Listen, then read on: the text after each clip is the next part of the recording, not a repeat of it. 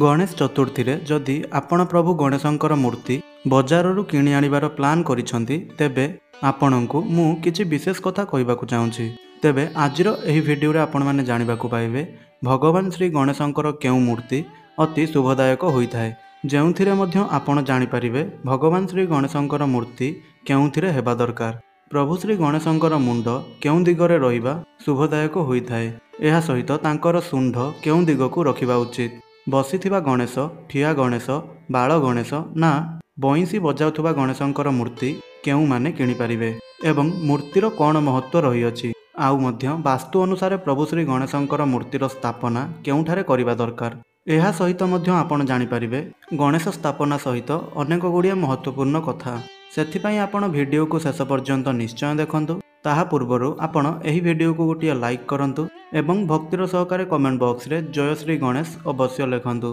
शास्त्र अनुसार प्रभु श्री गणेशंकर मूर्ति सायुज एवं सहबाहन हेबा उचित। सायुजर अर्थ निजर समस्त प्रिय आयोजनक सहित माने भगवान श्री गणेशंकर हातरे मुदक अंकुश पाखरे हेबा दरकार। मुदर अर्थ आनंद। जेमिति आमको मुदक खाइले आनंद मिलता सेमिति मुदक द्वारा प्रभु श्री गणेशंकर मूर्तिरु आनंद प्राप्त होइथाय। एही कथार मध्य ध्यान रखिबे जेउ हातरे मुदक बा लडू रहिथाय तेबे सेही पटे प्रभु श्री गणेशंकर सुंढ मुड़ी होई रहितबा दरकार। जदि प्रभु श्री गणेशंकर मूर्ति रे लडू रही नथाय तेबे एही परि मूर्ति को आपण पूजा करिबा एहाकू अशुभ बोली माना जायथाय। एवं सहबाहनर अर्थ गणेश मूर्तिंक सहित तांकर वाहन मूषा रहितिबा आवश्यक। जदि तांकर वाहन मूषा नाहांती तेबे एमिति मूर्तिर आपण पूजा करिबा द्वारा आपणंकु दोष लागिथाय। मूषार मुख्य गुण काटिबा होइथाय, तेणु मूषा सबु जिनिसकु काटिबा पसंद करिथाय। एहीपरि जेउ व्यक्ति कथा कथारे उत्तर देइथांती कारण भगवान श्री गणेश बुद्धिर देवता होइथांती। जेमिति मूषाकु निजर पाद पाखरे रखिथांती सेमिति सहबाहन व्यक्ति र उत्तरत्वकु मूषा दबेई देइथांती।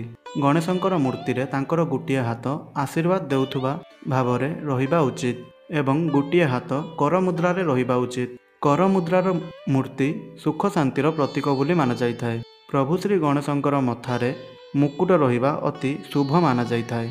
आउ बिना मुकुटरे प्रभु श्री गणेशंकर मूर्ति को निजर घर को आनिबा ताहा अशुभ होइथाय। भगवान श्री गणेशंकु सजासजी बहुत अधिक पसंद होइथाय। बेकरे माळ एवं हातरे बाजा एवं फांसी रहिथाय। जदि एहा नथाय तेबे आपण ताहा सब किणी आनी आपणकर घरे मध्य लगाई दियंतु।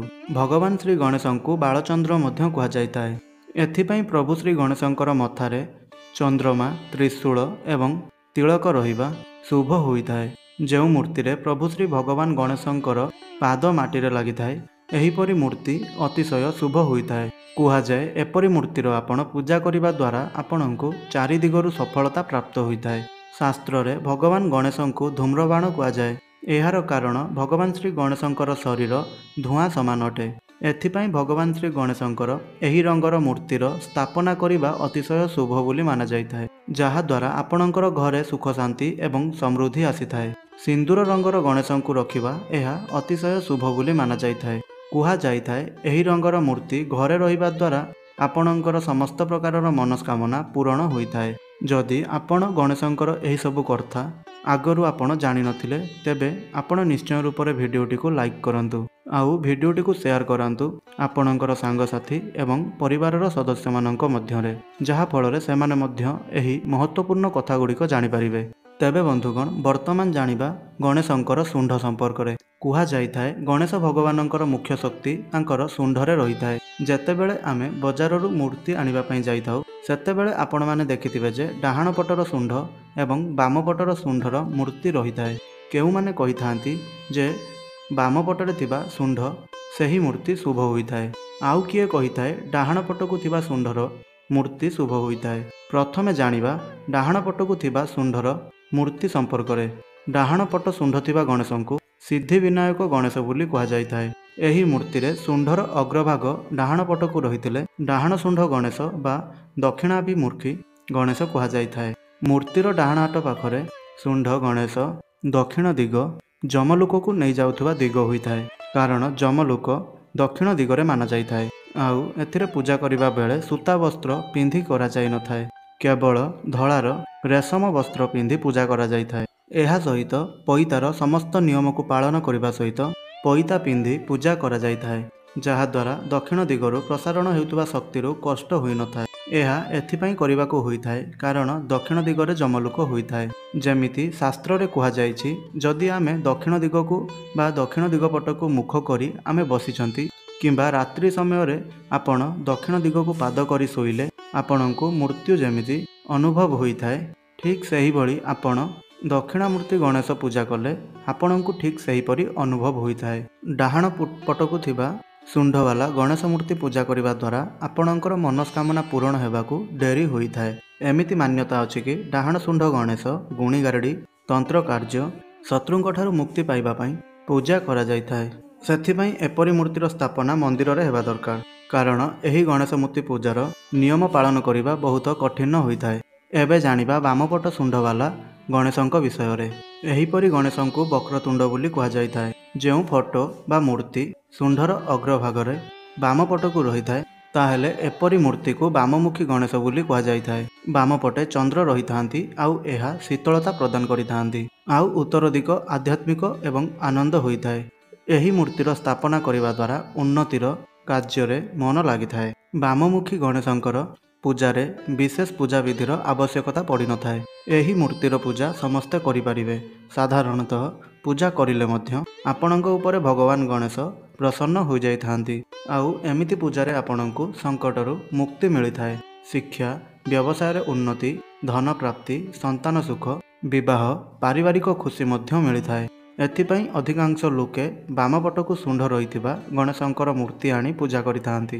ଏବେ ଜାଣିବା ବସା ଗଣେଶ, ଠିଆ ଗଣେଶ, ଆରାମ ଗଣେଶ, ବାଲ ଗଣେଶ, ନାଚୁଥିବା ଗଣେଶ, ବଇଁଶୀ ବଜାଉଥିବା ଗଣେଶ ମୂର୍ତ୍ତି ସମ୍ପର୍କରେ।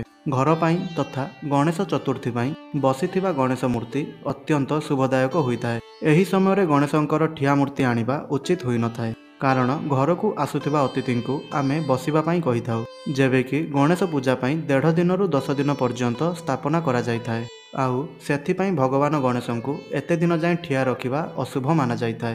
ବସା ଗଣେଶର ପୂଜା କରିବା ଦ୍ୱାରା ଆପଣଙ୍କର ଘରକୁ ସ୍ଥାୟୀ ଧନର ଲାଭ ହୋଇଥାଏ।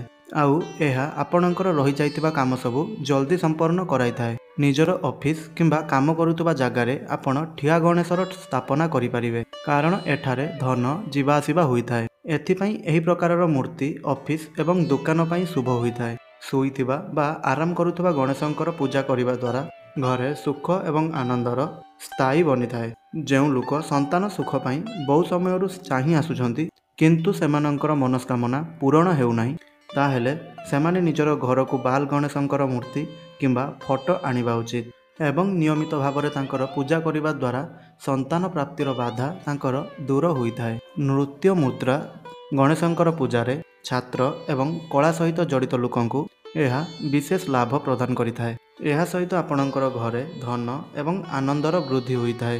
ଯଦି ଆପଣଙ୍କର ଘରେ ପ୍ରତିଦିନ ଝଗଡ଼ା ଏବଂ ଯୁକ୍ତି ହେଉଥାଏ, ତାହେଲେ ଆପଣଙ୍କୁ ବଇଁଶୀ ବଜାଉଥିବା ଗଣେଶଙ୍କର ମୂର୍ତ୍ତି ଆପଣଙ୍କର ଘରେ ସ୍ଥାପିତ କରିବା ଉଚିତ। ବଇଁଶୀ ବଜାଉଥିବା ଗଣେଶଙ୍କର ପୂଜା ଅର୍ଚ୍ଚନା କରିବା ଦ୍ୱାରା ଆପଣଙ୍କର ଘରେ ସୁଖ ଶାନ୍ତି ବଜାଇ ହୋଇ ରହିଥାଏ। ଏବେ ଜାଣିବା ବାସ୍ତୁ ହିସାବରେ ଘରେ ଗଣେଶଙ୍କର ମୂର୍ତ୍ତି କେଉଁ ଦିଗରେ ଆପଣ ଲଗାଇବା ଉଚିତ। ଗଣେଶଙ୍କର ମୂର୍ତ୍ତିକୁ ଉତ୍ତର ପୂର୍ବ କୋଣରେ ସ୍ଥାପନ କରିବା ଶ୍ରେଷ୍ଠ ହୋଇଥାଏ, କାରଣ ଘରର ଉତ୍ତର ପୂର୍ବ କୋଣ ପୂଜାପାଠ କରିବା ପାଇଁ ବହୁତ ଭଲ ମାନାଯାଇଥାଏ। ଈଶାନ୍ୟ କୋଣ କିମ୍ବା ପୂର୍ବ ଦିଗରେ ପ୍ରଭୁ ଶ୍ରୀ ଗଣେଶଙ୍କର ମୂର୍ତ୍ତି କିମ୍ବା ଫଟୋ ଲଗାଇ ପାରିବେ। ଏହା ସହିତ ମଧ୍ୟ ଉତ୍ତର ଦିଗରେ ଆପଣ ଲଗାଇ ପାରିବେ। ଏହି ଦିଗରେ ପୂଜା କରିବା ଶୁଭଦାୟକ ହୋଇଥାଏ। ଧ୍ୟାନ ରଖିଥିବେ, ପ୍ରଭୁ ଶ୍ରୀ ଗଣେଶଙ୍କର ମୂର୍ତ୍ତିକୁ ଘରେ ଆପଣଙ୍କର ଦକ୍ଷିଣ ପଶ୍ଚିମ ଦିଗ କିମ୍ବା ପଶ୍ଚିମ ଦିଗରେ ସ୍ଥାପିତ କରିବା ଉଚିତ ହୋଇନଥାଏ।